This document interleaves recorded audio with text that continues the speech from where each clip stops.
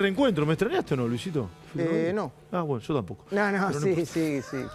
No, me tomé unos días de descanso. Le digo, Pelado, intercambiamos un poco, peloteemos. La semana pasada era una cosa. Vos me preguntaste, No, querías saber, yo pero... te conté lo que estaba pasando. No. ¿Qué quiere que te describa el paraíso? No, la peor semana del país desde que asumió, del gobierno y del país desde que asumió Milei la semana pasada. Sí. Y además, hoy me lo dijeron en el gobierno, claramente, ¿no? No se podía seguir más. ¿Tres días más como miércoles, jueves y viernes? No se podía. Yo creo que no. ¿No? $1.000 millones que quemados en 3 días. Sí. También es cierto que yo hablando con gente del gobierno me decía que Caputo ya venía hablando con el secretario del Tesoro desde abril. Y Milei también. Y le venían diciendo, obviamente no es novedad, yo supongo para nadie en los Estados Unidos, que cada elección en la Argentina es cada vez más dramática. Cada elección es cada vez más dramática. Ni mencionar la elección de 2019 cuando perdió por una diferencia de 17 puntos las PASO Macri y al otro día fue un desastre. Justo está Hernán Lacunza en el piso, un rato lo vamos a entrevistar mano a mano, que fue el ministro que vino con la manguera de la provincia de Buenos Aires, ¿te acordás? En ese entonces sí vamos a hablar de este tema. Ahora, yo voy a plantear esto, que lo quiero pelotear un poquito con vos. Perdón, y hablando de Macri, termino con esto. Dale. Macri decía hoy a gente con la que habló, che, nuevamente Caputo Milei, no sé, sacó un conejo de la galera y supongo que debió estar hablando de retenciones ceros hasta el 31 de octubre. Yo te digo la información que tengo, sí, Caputo acercó la idea y obviamente Milei la autorizó y la compró, digamos, ¿no? Pero la idea inicial de Caputo, por lo menos la información que tengo, había un tobogán, ¿no? Se frenó la caída. Una espiralización. Cambió la inercia, cambió la expectativa. Económica del mercado cambiario. Y cambió la inercia, decís vos. Para mí sí. El tema hasta cuándo, ¿no?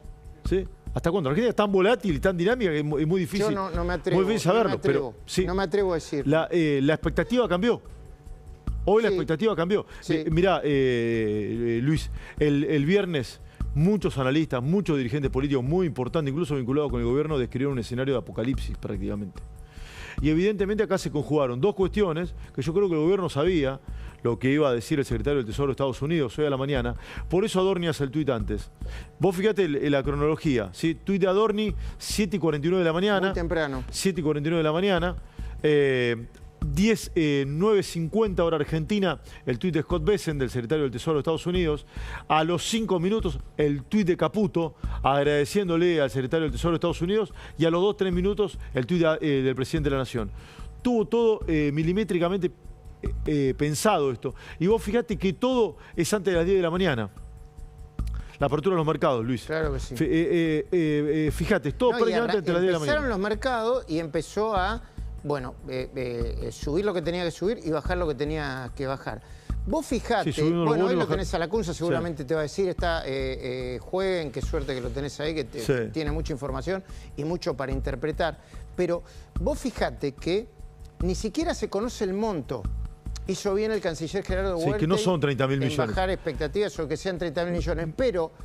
Desde el punto de vista político, el secretario del Tesoro está diciendo, vamos a aportar todo lo que tengamos que aportar. No sé cuánto es Luis, todo, pero todo. Y eso es un dato político fuerte. El tuit del secretario del Tesoro de Estados Unidos parece básicamente un tuit militante.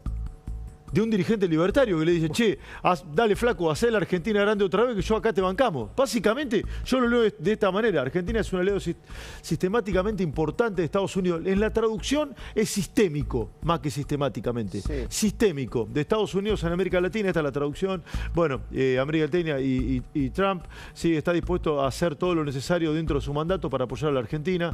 Todas las opciones de estabilización están sobre la mesa. No habla de monto. ¿Qué fue lo que...? Para coincidir que es un apoyo casi militante o no? Sí. ¿Se entiende a dónde voy o no? Sí. Parece hasta de un militante, che. Sí. Nosotros acá te vamos a bancar. Bueno, pero el mercado lo interpretó, entiendo que... No, por supuesto. Lo que yo no sé... Sí, es una señal divina. Eso sabrá Lacunza, sabrán los expertos en el tema. ¿Qué tuvo mayor impacto en el mercado? ¿Sí? La decisión de retención cero hasta el 31 de octubre o 7.000 millones de dólares, o si el secretario del Tesoro diciendo vamos a apoyar, el viaje a Milei con Trump, no lo sé.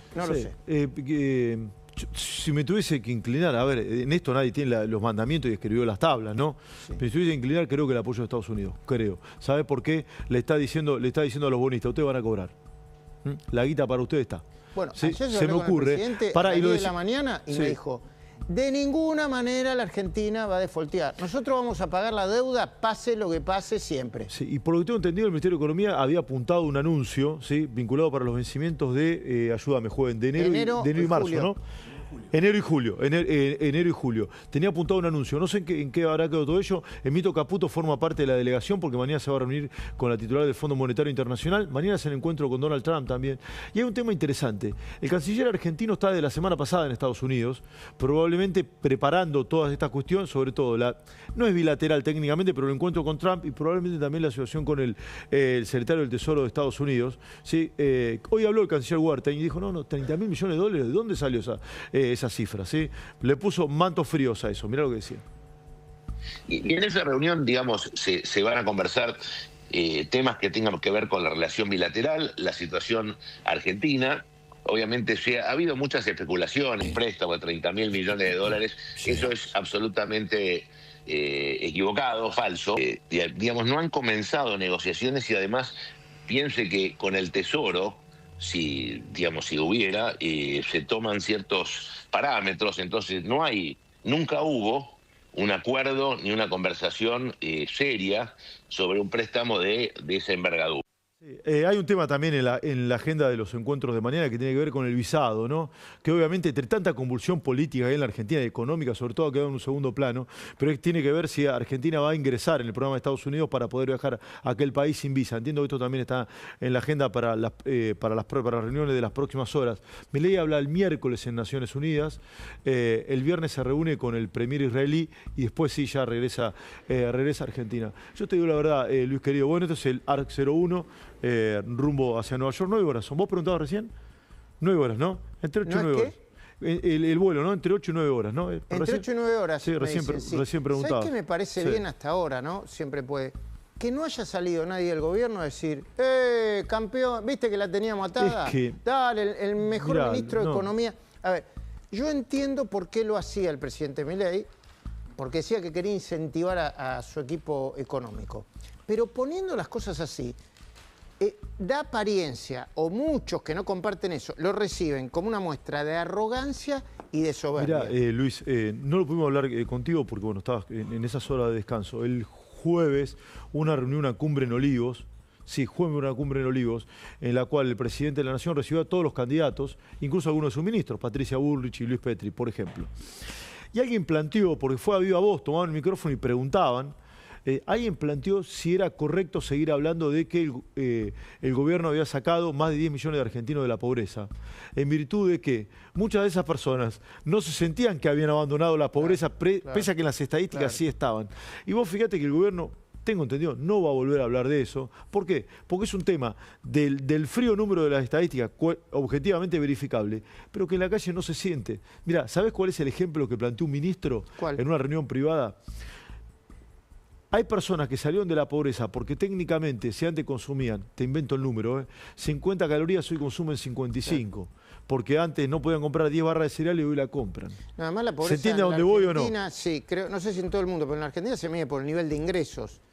Y es muy probable que el nivel de ingresos en algún momento haya subido para algunos sectores, pero eso no se nota. En todo caso, lo que se nota es que, como la inflación es más baja, la desaceleración de la inflación provoca que todos los meses compre más o menos lo mismo. Mirá, Luis, acá no estábamos en presencia del mejor gobierno de la historia, el mejor ministro de la historia, ni nada de ello. Sí, un gobierno lo estaba peleando, que hizo cosas muy positivas como bajar la inflación. Perdón, y además esto, de nuevo, lo tenés a la Cunza, tenés... Sí, y después viene Expert también, para cerrar el programa, bueno, Expert, que también es economista. Pero, de nuevo, yo no sé si todo esto, que para los mercados genera un cambio de expectativas, como bien decís vos, va a impactar en la economía real. Yo tiendo a creer que no está claro eso. O en las elecciones, yo no tengo tampoco tan claro. Sí, mirá, Emanuel Álvarez Agís, sí, un economista muy crítico del modelo de Javier Milei, que fue crítico de Alberto Fernández, también en algún momento tuvo cerca, mirá lo que planteaba. La última vez que hablamos, básicamente veíamos en el horizonte un problema con el dólar, a pesar de que el gobierno decía que esta vez era distinto y que era una falta de comprensión sobre los fundamentos del programa macroeconómico. Bueno, finalmente ese problema llegó, y la verdad que las dos medidas que estamos viendo el fin de semana y hoy simplemente dan cuenta de lo grave de la situación. Yo te diría que estamos yendo un poco más abajo que el fondo del tacho, digamos, a rascar.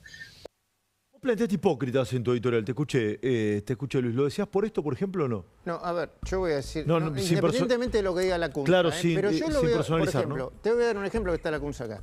La CUNSA critica algunas cosas que hay que criticar, otras que uno puede estar de acuerdo o no, pero yo nunca lo vi ponerse contento porque el dólar se vaya a la miércoles. Sí. No lo vi, a ver,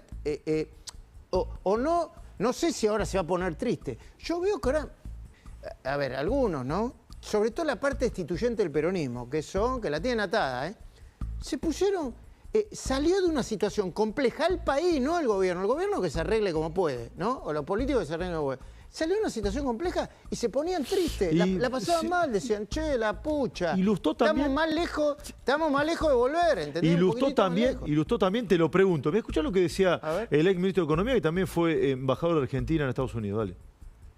Se metió en un problemón. No hay golpismo, destituyentes, esta idea de la política quiere voltear a Milei. No, yo lo que digo es...